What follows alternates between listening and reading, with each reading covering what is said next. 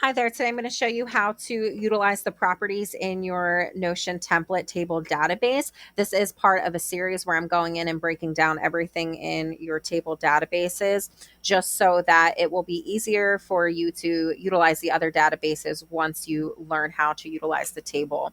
So what we're going to do is we've already inserted our table. I have since renamed my columns. Now, in order to utilize properties, what we're basically doing is telling this column right in here, these little blank spaces, how we want it to function.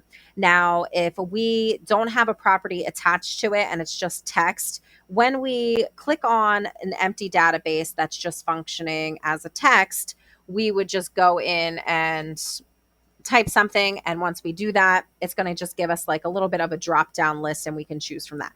You can use that for certain things, but that's not what I want to teach. What I want to teach you is how you can allow a column to function as, say, I'm looking for dates. If I click into this column, you can see that I have a calendar there and a few things that are just like overview, like a reminder, end date, include time, and all of that. And I want my column over here to function the same. So what we're going to do is I'm going to delete this because I don't need that. And what we're going to do is we are going to right click on the tab of our column title. And when you do that, you're going to get this column, you're going to get this box, not this column, sorry. And you're going to go to edit property.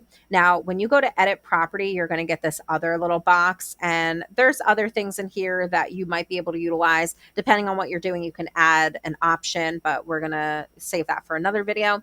So what we want to focus on is the type of property that we want to assign to this column. So if I click on type, we have this whole long list of different things that we can use. Now, because I am using dates, I would simply just go and I would click date. And when you do that, you can see what the type is. The type is date. This is how that column is going to function. If we want to see the full date and how we want it to be displayed, and then you also have your time because you can add a time to this. You can have it hidden. You can have 12 hours or 24 hours. And then, the little properties down here, which are self-explanatory. So say that I want to just add in the date.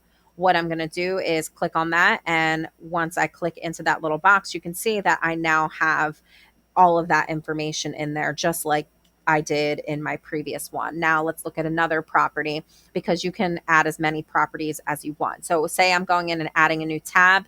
I can go in and say that I now want to add it as a status. Now with the statuses, it does look a little bit different, but every time I click or create a new row, it's going to give me where I set my properties for my dates in my columns, and then also where I set the status.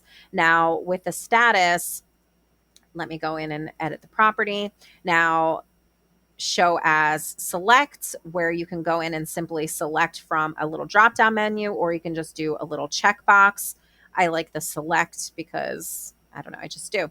Now you can have it as a to do where you change the color. So say that I wanted to change the color to yellow, or say that I wanted to add in a new option, whatever you want the option to be. If you don't want it to say not started, you can go in and also rename that.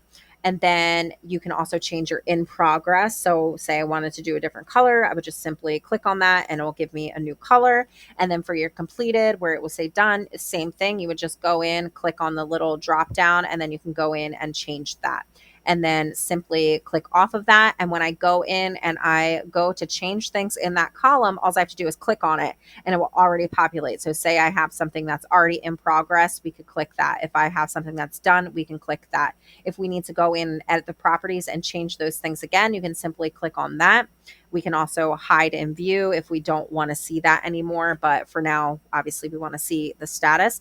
And this is how you are utilizing the properties in your Notion templates for your table database. And you can utilize any of these things. You can also have AI fill things in, but I don't use that because I prefer to teach the things more as opposed to using AI so you actually know how to use the system. Same thing if you want something to have check boxes. You can go in and create check boxes, and this is how you utilize the property feature in your Notion templates. If you found this video to be helpful, please check out my other videos. You might find those to be helpful too. Thanks. Bye.